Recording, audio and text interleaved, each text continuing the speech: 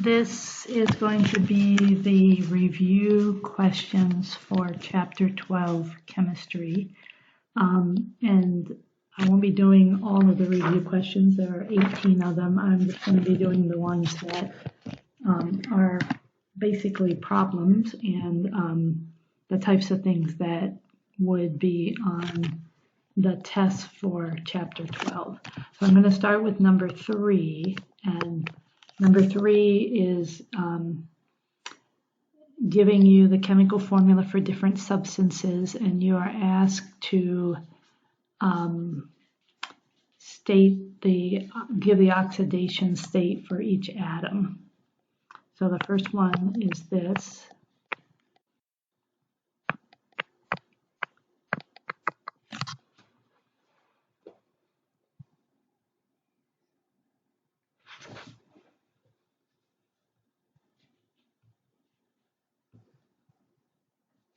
Okay, so first of all, you should realize that this is an ionic compound, and so the potassium ion, since it is in column 1A, would have a positive 1 charge. Another rule that we know is that oxygen is usually negative 2, so this would be negative 8 plus 1, and the charge of the whole substance needs to be 0 since no charge was given. So we have negative 8 and plus 1, so that means that the manganese needs to be a plus 7.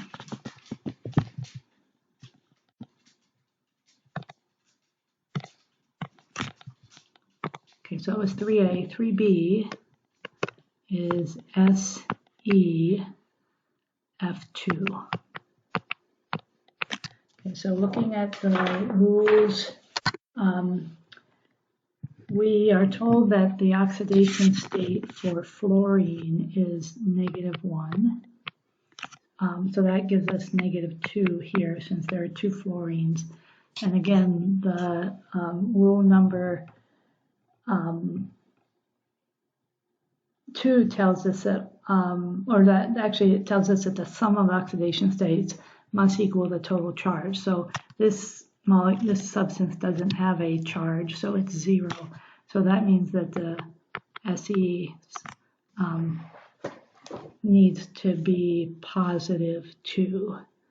So the selenium is positive 2 and the fluorine is negative 1. Okay, C is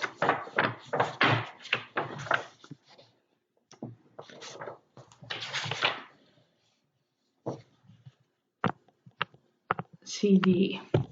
So that is an element. It is the element cadmium. And rule number 2 tells us that elements have an oxidation state of 0.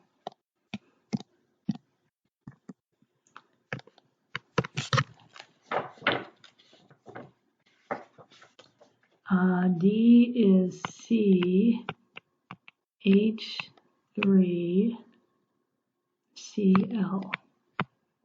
Okay, so looking at the rules that we have, we know that hydrogen is always plus 1. And we also know that group 7A elements, especially chlorine, are usually negative 1. Okay, so we have plus 3 and we have negative 1. And the charge of the whole thing needs to be 0, and that means that the carbon will be negative 2. So negative 2 plus 3, negative 1, that gives us our total charge of 0.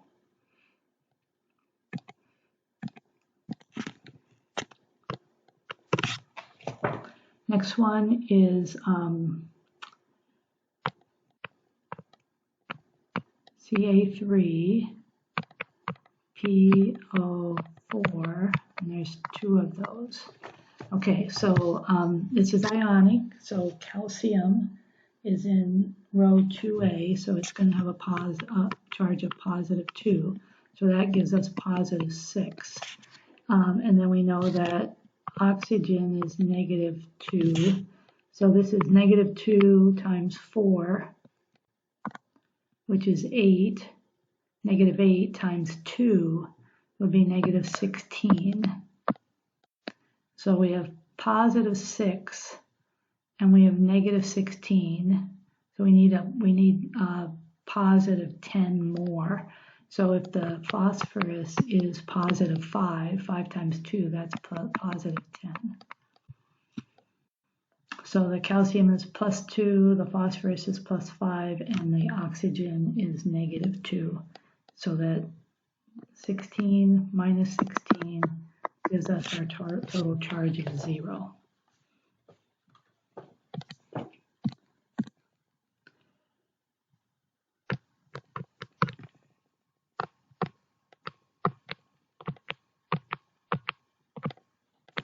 Okay, ClF3. So we know from rule number 4 that fluorine is negative 1. So that gives us negative 3. And so then chlorine, even though one of the rules says that it's usually true that chlorine is negative 1, that's not always true, and fluorine is always negative 1. So since this substance does not have a charge, the total of the two atoms needs to be 0. So that means the chlorine in this case would be positive 3.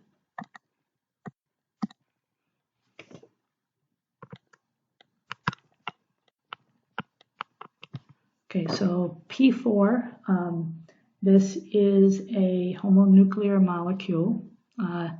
A molecule that is the same element linked together multiple times is a homonuclear molecule, and rule number 2 tells us that the oxidation state for each atom is 0 for that.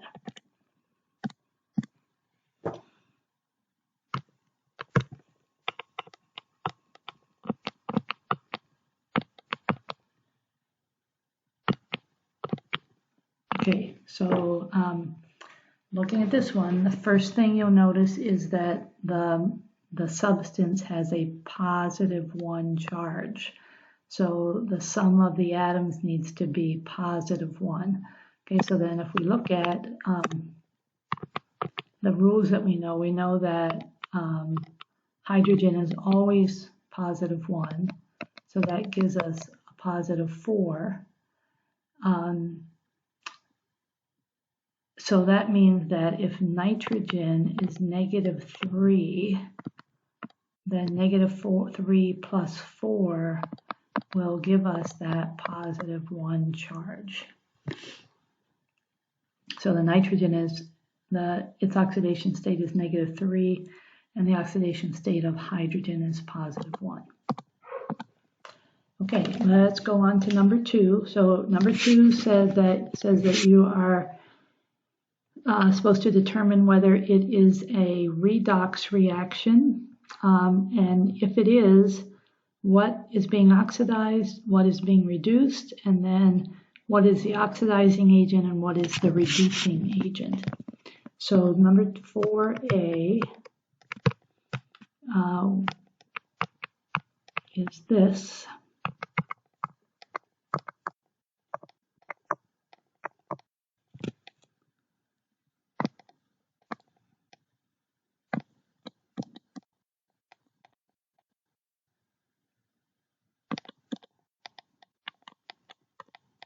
Okay, so then we start thinking about our oxidation rules. This is a homonuclear molecule, so its oxidation state is 0. This is an ionic molecule, so the sodium is going to be +1, and so the bromine will be -1, so there's no charge on that substance. Same thing over here, sodium will be +1, chlorine -1, and then this again is a homonuclear molecule, so it's 0. Okay, so if we look at chlorine, sodium and bromine. So chlorine went from 0 to -1. Sodium went from +1 to +1, so it didn't change. And bromine went from -1 to 0. Okay, so for chlorine to go from 0 to -1 means that it gained electrons. So remember GER, so it was reduced. And the bromine went from -1 to 0, so it lost electrons. So remember Leo, so that means this was oxidized. So it is a redox reaction because something was reduced and something was oxidized. And now we have to say what is the oxidizing agent and what is the reducing agent. So if chlorine was reduced, then it is the oxidizing agent. So it would actually be Cl2 is the oxidizing agent. And then since bromine was oxidized, the bromine is part of this compound, so the sodium bromine is the reducing agent.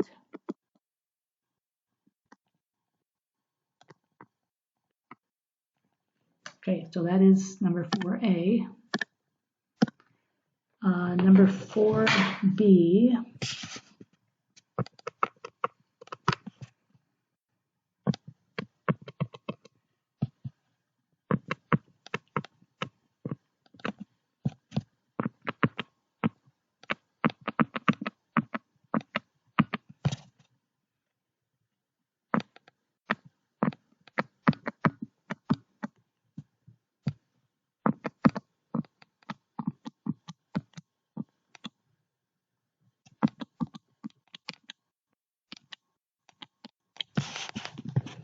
Okay, so let's look at the oxidation state of each atom. We know that hydrogens are +1, oxygens are -2, so this is -6 and +1.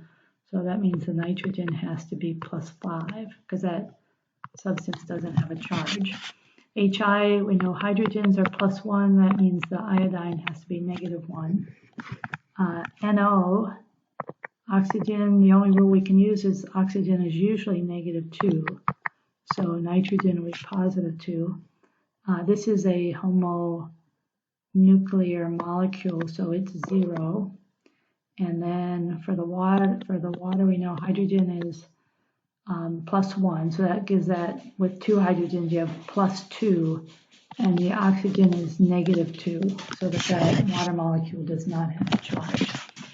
Okay, so then we look at we have hydrogen, nitrogen, oxygen, and iodine. So hydrogen was +1 on the reactant side, and it was +1 on the product side. Nitrogen was +5, and it changed to +2. Oxygen was -2, and it stayed -2. So everywhere we see an oxygen on this side, it's -2. And then the iodine went from -1 to 0. So the nitrogen and the iodine, so nitrogen to go from +5 to +2 means that it gained electrons. It gained some negative charges. So if it gained electrons, GER, it was reduced.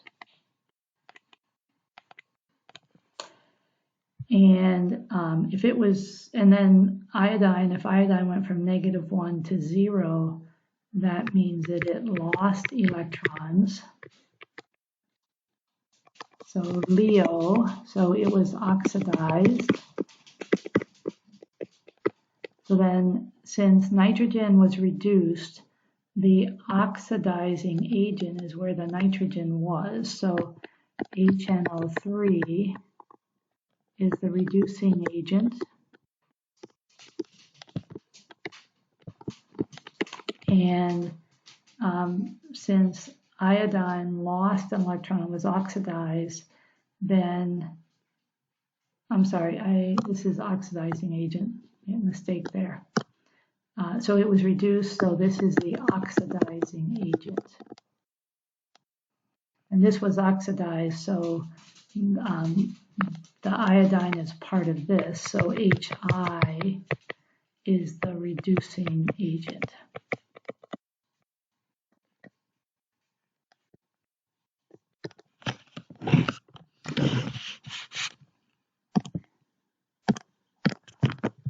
Okay, for C, we have this.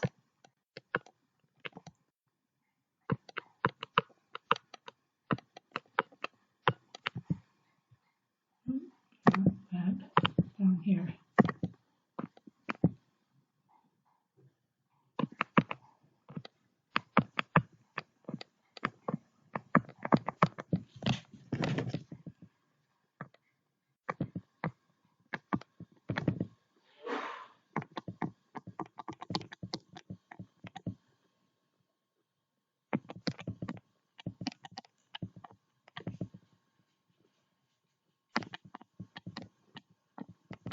Okay, so let's begin by looking at oxidation state. So this first substance is an ionic compound.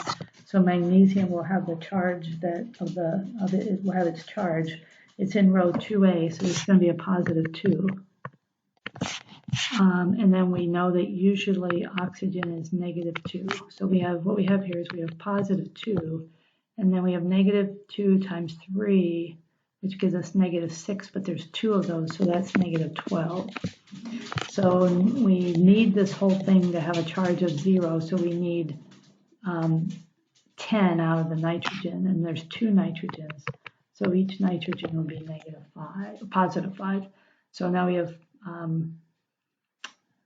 positive 2, positive 5 times 2 is plus 10, and then we have negative 2 times 3 times 2, which is negative 12. So that gives us our 0 charge on that molecule.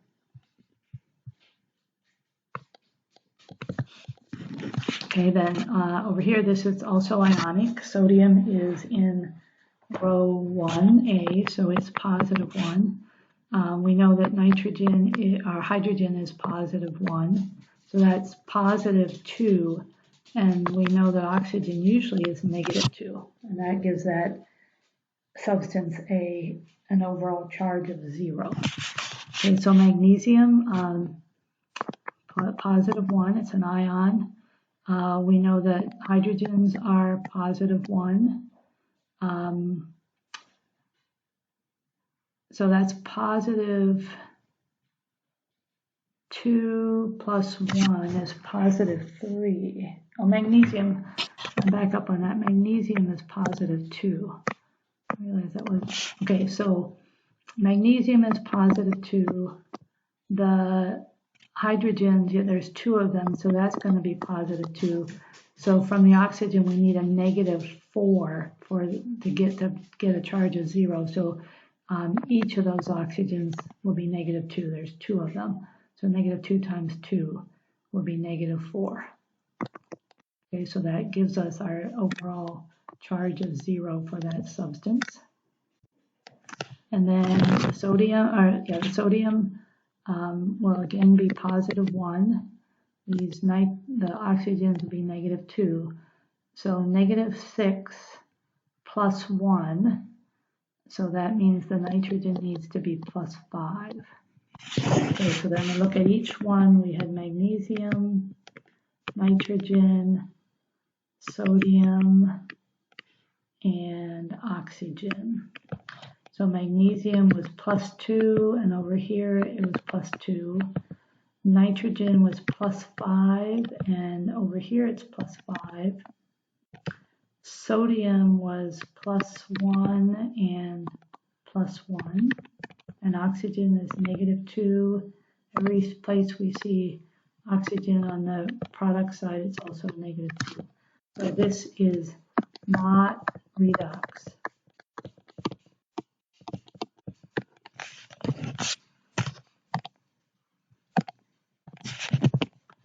Okay, 4D.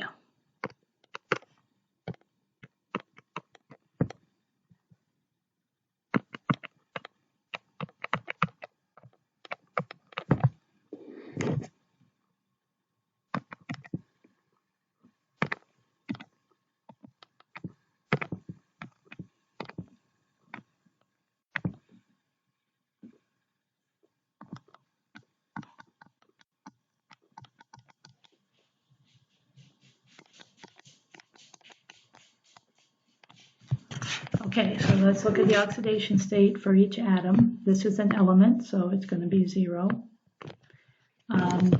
Hydrogens, based on our rules, this is +1. Oxygen is -2. So then that water molecule has a total charge of 0. Okay, now here potassium is an ion because it's an ionic compound. So there it's going to be +1. The hydrogens are going to be +1. So that leaves the oxygen to be -2, so that the KOH has no charge. And then this is a homonuclear molecule, so it will have a charge of 0. So we have potassium, hydrogen, and oxygen. So the potassium went from 0 to +1. Hydrogen was +1 and 0, and the oxygen was -2 and it remained -2 on the product side. Okay, so potassium went from 0 to +1, so that means that it lost electrons. So Leo, so it was oxidized. And then the hydrogen went from +1 to 0, so it gained electrons. So we have GER, so it was reduced. So the potassium was oxidized, the hydrogen was reduced. So then what is since the potassium was oxidized, then the potassium was the reducing agent. And since the hydrogen was reduced, then the hydrogen was part of the water, so the water is the oxidizing agent.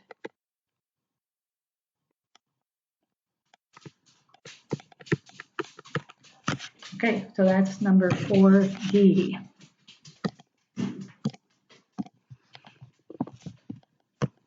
For E is this.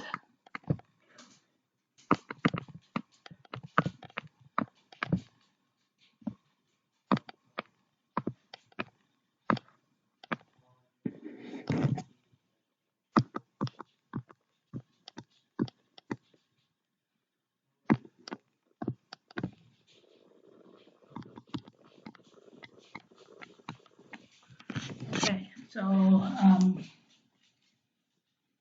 V stands for vanadium.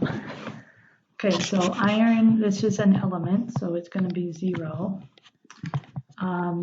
We don't really have any rules for this, so we'll go with the rule that we have for oxygen. That's a -2. So this is -6, and so this must be +3. So we have +6, -6, so the charge on the substance is 0. This is, we don't have a rule for iron. Iron is actually one of the transitional metals, so we know that oxygen is usually -2, so that's going to be -6, and so the iron would be +3 in this case. And then, again, oxygen is -2, so this will be +2, so that compound, that substance has a 0 charge. Okay, so we'll look at iron and vanadium, and we look and oxygen. So iron went from 0 to +3. Vanadium was +3 to +2. And oxygen was -2 here, and it stayed -2 over here. Okay, so iron went from 0 to +3. So that meant that it lost electrons.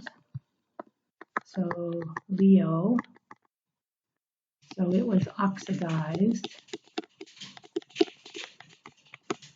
And if vanadium went from +3 to +2, that means that it gained an electron.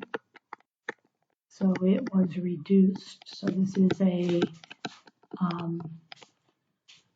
redox reaction. So if iron was oxidized, then it is the reducing agent. And this vanadium was reduced, so the oxidizing agent is this.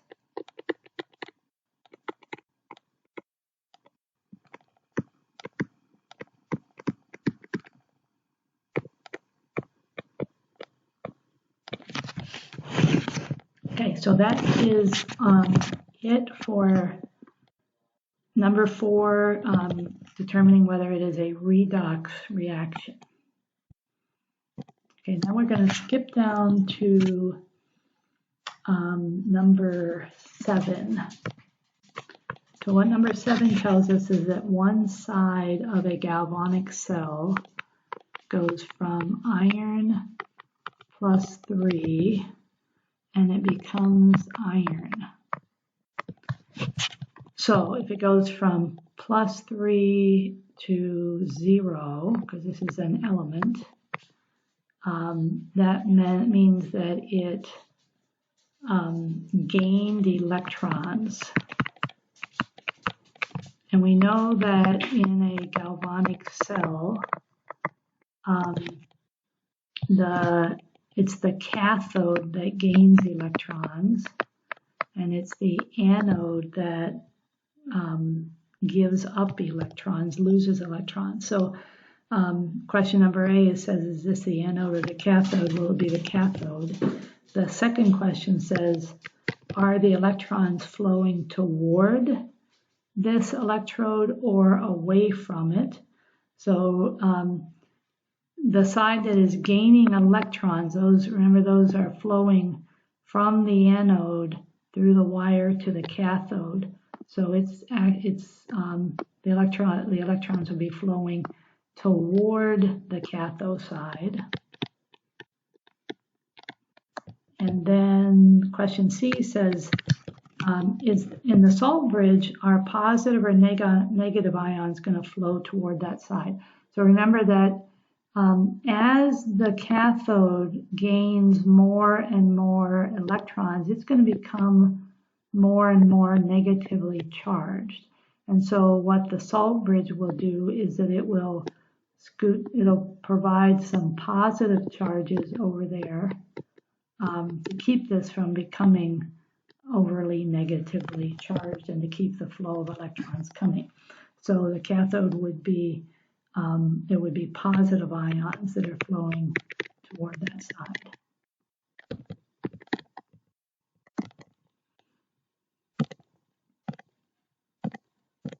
Okay, number 8 is 2 problems where you're asked to draw a galvanic cell, label the anode and the cathode, label the electron flow and the substances on each side. So here is our reaction. We have lead and we have Ag, which is gold. Or no, sorry, Ag is silver. Au is gold, and so it's Ag with a positive charge. Also need to write in the state of these. So this is aqueous. And then what you end up with is the lead with a positive 2 charge, so 2+, and that's aqueous. and then you end up with silver in solid form. Okay, so now we have to look at oxidation state. So this is 0 because it's an element. This tells us it's +1 because it has a +1 charge. This tells us it's 2+, and this again is an element, so that's 0. So the lead went from 0 to +2. So to do that, it lost electrons. So it's going to give up its electrons. And the silver went from +1 to 0, so it gained electrons. So by now you should remember that the anode is the negative side of the battery of a galvanic cell that gives up electrons. So the lead is going to be the anode, and the side that gains electrons is going to be the cathode. So then if we sketch it, in my poor art abilities, so the anode is going to be the lead, so that electrode is going to be made from this solid lead, and this solid will be the electrode on the other side. So the silver, the side that is gaining the electron, so this will be a silver electrode. We'll draw our wire between them, and so the electrons will flow in this direction. And then the substances that are in aqueous form, they're dissolved in water. So this would be, we would have Pb plus 2+ in solution, and over here we would have Ag plus in solution. And then if you just draw your salt bridge there to keep rebalancing the charges.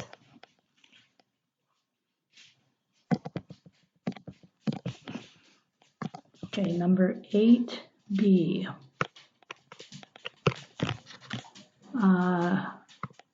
We have Cl2, and that's aqueous, plus H2, that's aqueous, and that's going to yield 2Cl minus aqueous and 2 H pluses, that's also aqueous. Okay, so this one's a little bit different than what we've done before because there's no solids, but we can deal with that. So let's look at the charges on each one. So this is a homonuclear molecule, so it's 0. This is also a homonuclear molecule, so that's 0. This tells us that this charge is -1 on the chlorine and +1 on the hydrogen ion. So chlorine went from 0 to -1, so it gained electrons. So if it's gaining electrons, we know that that's the cathode. And then the hydrogen went from 0 to +1. So that means it must have lost electrons. So that's going to be the anode. So to sketch it, let's change color here. To sketch it, so the anode is going to be on this side, and so this is the anode, and that'll be the chlorine, and this will be the cathode.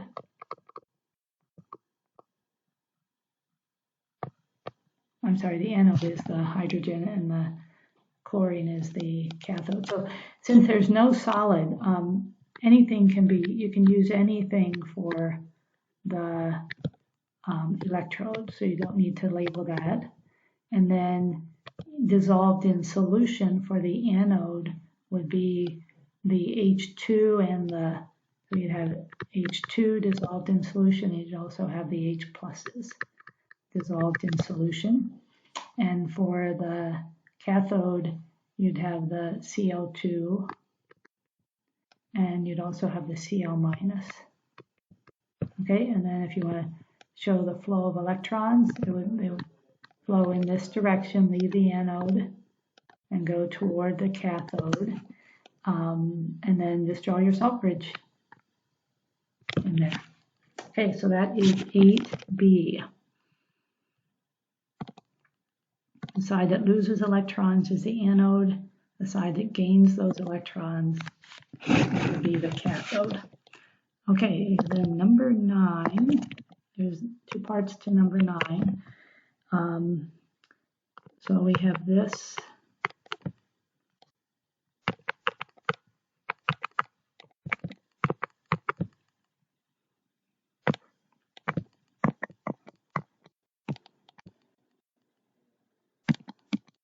Okay, and we are asked to balance this equation. Okay, so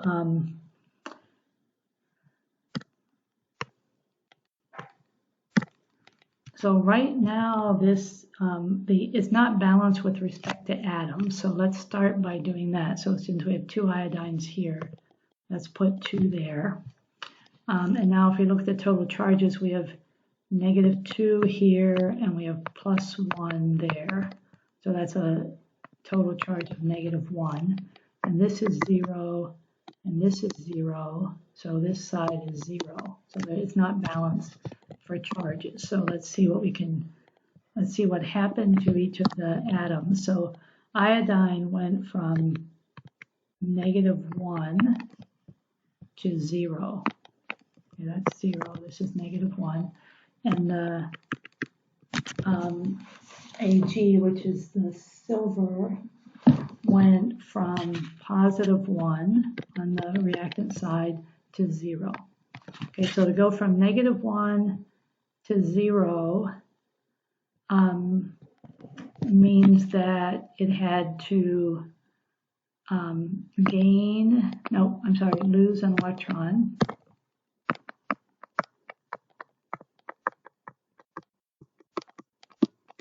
And to go from +1 to 0 means that it gained an electron.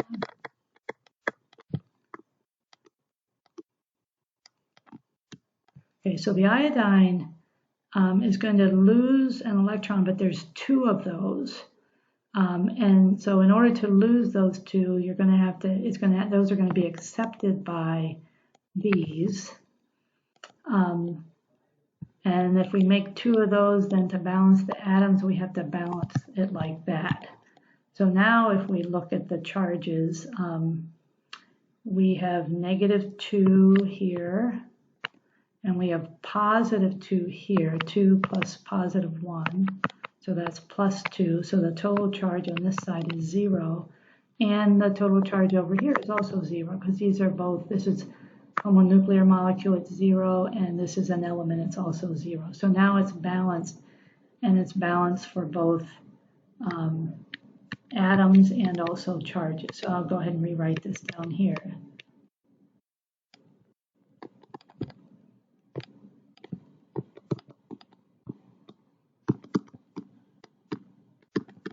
Okay, so now you can see that there's 2 iodines, 2 iodines, 2 silvers, 2 silvers, and with regard to charges, 2 times -1 is -2, 2 times +1 is +2, so that's a total charge of 0, and then homonuclear molecule, so that's 0, element, so that's 0, so the total charge on that side is also 0.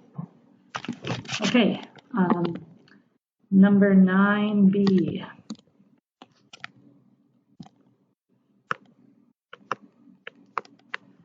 Okay, so for this one, we have Ba plus Au, and that has a charge of 3 plus, and that is going to give us Ba with a 2 plus, and then Au. Okay, so right now it's balanced with respect to atoms, so then let's look at the charges. So this is it's an element, so that's 0. This is +3. This tells us it's +2, and this is 0, okay, because it's an element.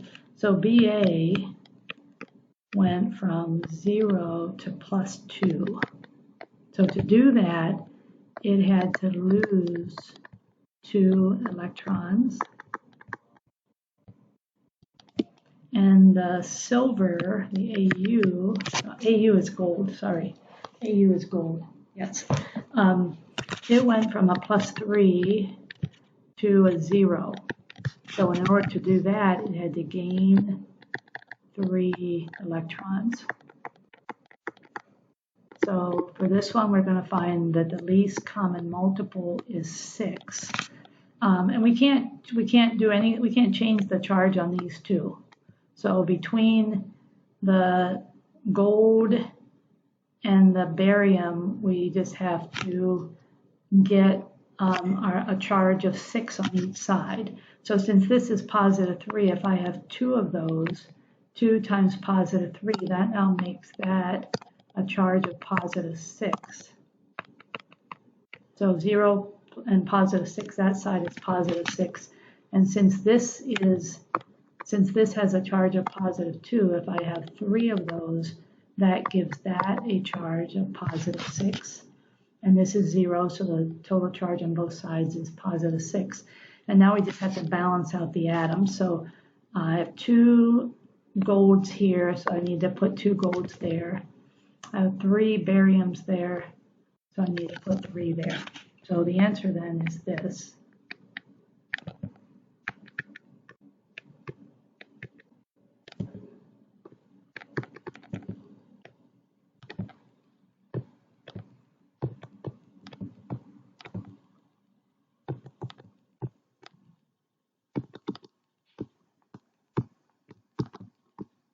Okay, so this is 0, this is 2 times +3, so that's +6, so this whole side is +6.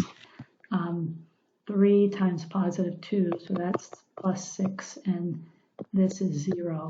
So again, the total charge on that side is +6. So now we have it balanced with atoms, and it's also balanced, the charges are also balanced.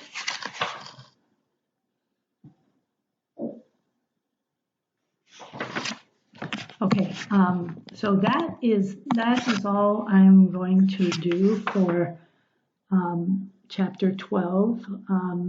The rest of questions 10 through 18, we discussed those a little bit in class, but there won't be anything on the test, any problems or questions related to those. So we'll stop there at this point.